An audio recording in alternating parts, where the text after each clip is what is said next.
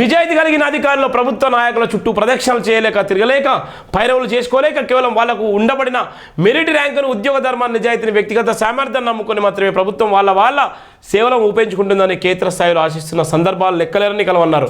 అధికారుల వ్యక్తిగత సామర్థ్యాన్ని ఏమాత్రం పట్టించుకున్నట్టే లేనట్టుగా కేవలం ప్రభుత్వానికి చేదోడు వాదోడుగా పనిచేసే అధికారులకు మాత్రమే ప్రధాన శాఖలో కేటాయించుకొని ప్రజాపాలనను కొనసాగిస్తుందన్నారు.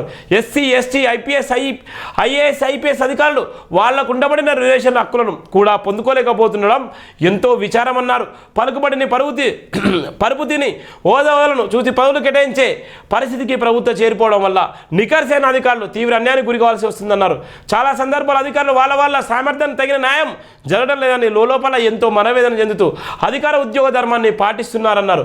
బాధ వ్యక్తం చేశారు. ఏ ప్రభుత్వం ఏర్పడిన ఉన్నతాధికారుల విషయం అనేసరికి ప్రభుత్వానికి అనుకూలంగా ఉంటే ఒక రకంగా, అనుకూలంగా లేకపోతే మరో రకంగా న్యాయం జరిగించబడే ఆస్కారం కలదని చాలా స్పష్టంగా వెల్లడవుతుందన్నారు.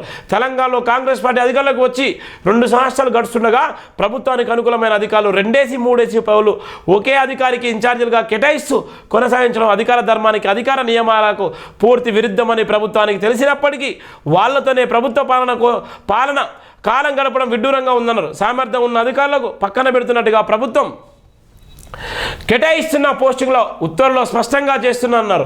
మంత్రులు కనసందల్లో పనిచేస్తున్న ఐఏఎస్ ఐపీఎస్ అధికారులకు బోనస్ పదవులు దక్కుతున్నాయని గుర్తు చేశారు.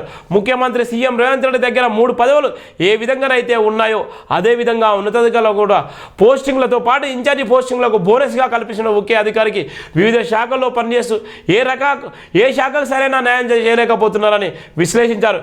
ఏ అధికారైనా ఒకే పదవిని కేటాయించడం వల్ల ఆ శాఖకు పూర్తి బాధ్యత వహిస్తూ సరైన సమయాన్ని కేటాయించి శాఖపరమైన విధులకు సరైన న్యాయం చేయగలరని, అలా కాకుండా ఒక్కొక్క ఉన్నతాధికారులకు మార్చి పోస్టింగులో కొనసాగించడం ప్రభుత్వ శాఖల పనితీరాన్ని నీరుగారుస్తున్నట్లుగా కనిపిస్తుందన్నారు. ఒకవైపు రాష్ట్రంలో ప్రభుత్వ కార్యాలయాల్లో విపరీతంగా అవినీతి పెరిగిపోతుందని రాష్ట్ర ప్రజలు భావిస్తున్న తరుణంలో మరోవైపు ప్రభుత్వానికి అనుకూలమైన అధికారులే ప్రధాన శాఖల్లో కొనసాగుతున్నప్పుడు రాష్ట్రంలో జరుగుతున్న అవినీతి మాయమంతా ఎవరు పెంచి పోషిస్తున్నారు, ఎటు తోచడం లేదన్నారు. ముఖ్యంగా రెవెన్యూ, మున్సిపల్, పోలీసు, విద్యా శాఖలతో ఎక్కువ అవినీతి అక్రమాలు జరుగుతున్నాయని వాటిని ప్రభుత్వం తెలిసి కూడా పట్టింపు లేనట్టుగా ఉండడం గమనిస్తుంటే నాయకులు, అధికారులు అంతా కావాలని చేసినట్లుగా ఉందన్నారు. ప్రధాన శాఖలు ఎస్సీ ఎస్టీ ఐఏఎస్ ఐపీఎస్ అధికారులు పనికిరారా అంటూ ప్రభుత్వం నిలదీశారు. ప్రజాస్వామ్యాన్ని, ప్రజాపాలన ప్రభుత్వం, ప్రజల కొరకు ఏర్పాటు చేయబడిన ప్రభుత్వం మంచి నాయకులు ప్రతి సభలో గొప్పలు చెప్పుకోవడం మినహాయిస్తే ఎస్సీ ఎస్టీ ఉన్నతాధికారులకు ఎక్కడ న్యాయం చేస్తున్నారో చెప్పాలన్నారు. పనితనాన్ని బట్టి సముచిత గౌరవాన్ని ఇవ్వలేనప్పుడు అధికారుల మనస్తత్వం ఎంతగా మనోవేదన చెందుతుందో ప్రభుత్వం గుర్తించలేకపోతుందన్నారు. కొంతమంది ఎస్సీ ఎస్టీ ఐఏఎస్ అధికారులు గత ప్రభుత్వ పాలకులు చెందిన సన్నిహితులుగా పరిగణిస్తూ వాళ్లకు పోస్టింగ్లు కేటాయించడంలో పూర్తిగా అన్యాయం చేస్తుందని గుర్తు చేశారు.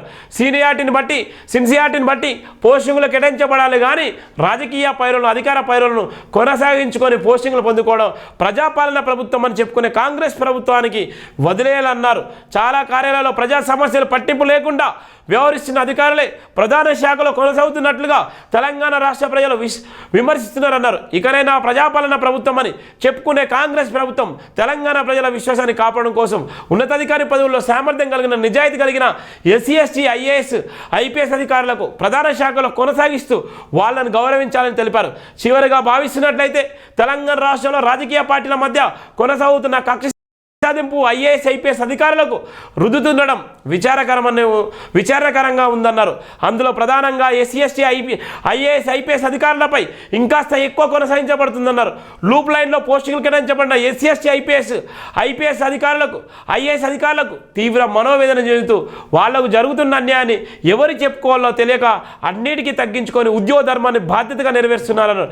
ప్రజలకు సేవ చేయాలని, ప్రజాస్వామ్యాన్ని కాపాడాలనుకునే ఉన్నతాధికారులు నిజాయితీని పాటిస్తూ లూప్ లైన్లోకి పరిమితమవుతుండగా ప్రజాసేవను అనమకంగా తీసుకుంటే పైరోలతో పోస్టింగ్లు పొందుతున్న ఉన్నతాధికారులు మాత్రం యథాచ్ఛగా ఆస్తులు సంపాదించుకునేటువంటి పరిస్థితి ఇక్కడ మనం చూస్తున్నాం.